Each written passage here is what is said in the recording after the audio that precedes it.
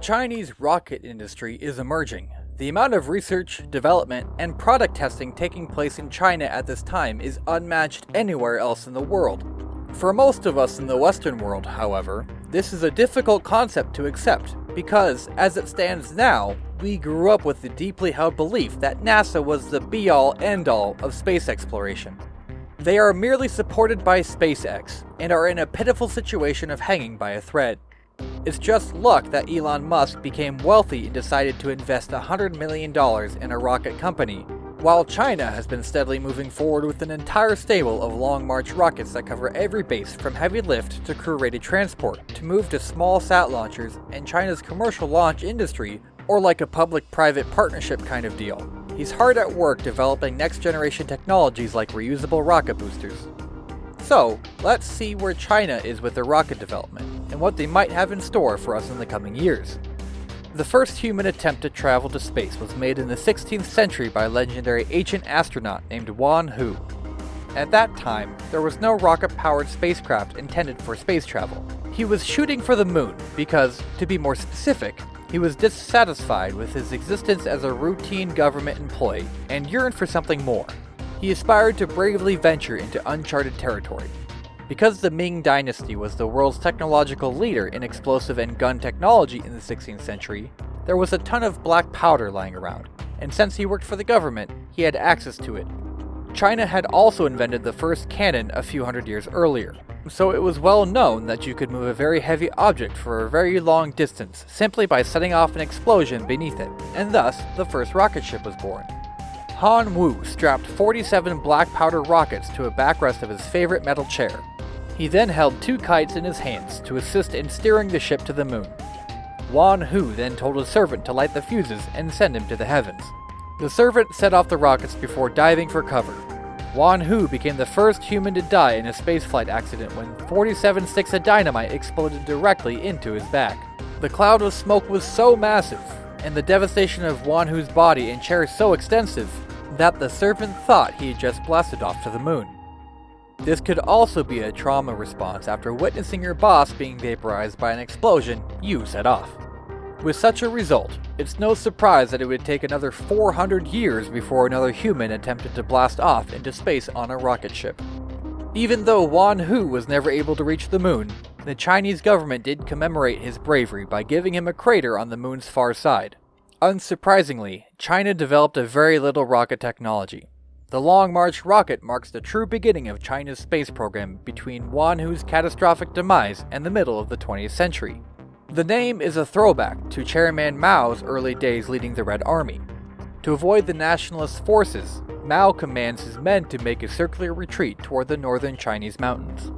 To get to the northwest province, they traveled 10,000 kilometers across 24 rivers and 18 mountain ranges.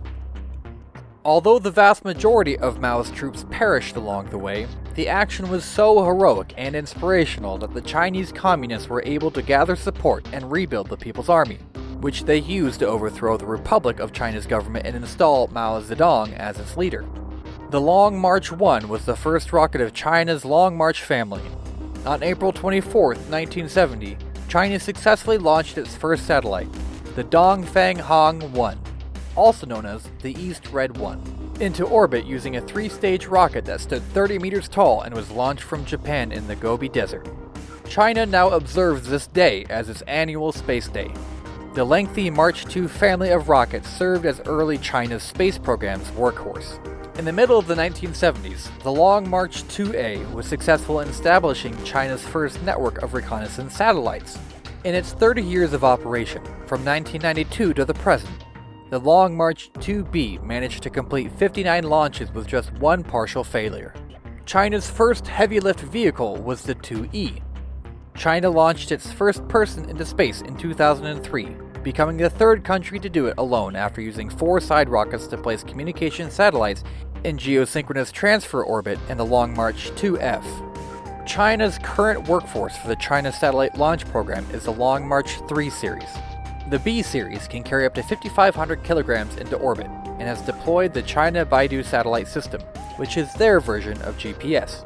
This rocket also carried the Chang'e lander missions to the moon's surface. The March 4 series was primarily responsible for the launch of China's network of weather satellites. The Long March 5, on the other hand, is pretty cool. With a capacity of 14,000 kilograms to geosynchronous transfer orbit, this is China's largest and most powerful rocket to date. This rocket launched China's first payload to Mars, the Tianwen-1, which included both an orbiter and a rover. The Long March 5B variant is specifically designed to launch the 3 primary modules of the Tiangong space station into orbit, each weighing approximately 22,000 kilograms. So, the Long March 5 is slightly less powerful than the SpaceX Falcon 9, but not by much. As of now, China does not have a true heavy lift vehicle. The Long March 6 travels in the other direction. It is a very lightweight rocket designed for the launch of groups of tiny satellites that range in size from a toaster to a microwave. In addition, the Long March 6A is impressive. This significantly larger design, which is the first Chinese rocket to combine a liquid main engine with solid side boosters, was launched for the first time in March of 2022. Over the Long March 6, this raised the lift capacity from 1,000 kilograms to 4,000 kilos. Long March 7 was specifically designed to launch the Tianzhou cargo spacecraft for the Tiangong space station. China expects this rocket to become their new workforce, eventually accounting for roughly 70% of all Chinese launches. The Long March 8 is expected to be the Chinese space program's first attempt at a reusable booster, similar to the SpaceX Falcon 9. There have only been 2 launches of this rocket so far. The most recent mission was in February of 2022, and neither mission included an attempt to land the booster. According to the Chinese program, they hope to successfully land and reuse the booster by 2025. At this point, the Long March 9 is merely a concept.